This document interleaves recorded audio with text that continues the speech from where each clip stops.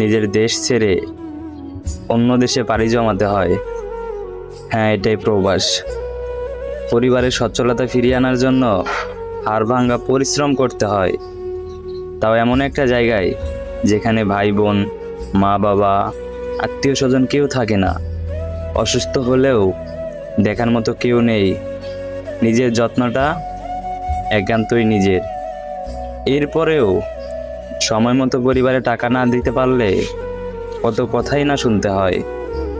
দিন শেষে প্রিয় মানুষের সাথে একটু কথা বলার জন্য উতলা হলেও একটা সময় পর সেই প্রিয় মানুষটাও বিরক্ত বোধ করে। এমন অনেক মানুষ আছে যারা সময় মতো দেশে ফিরতে না পারার কারণে তার প্রিয় মানুষটাকে হারিয়েছে, অন্যের হয়ে যেতে দেখেছে। এই কষ্টগুলো তার একান্তই নিজের, শেয়ার করার মতো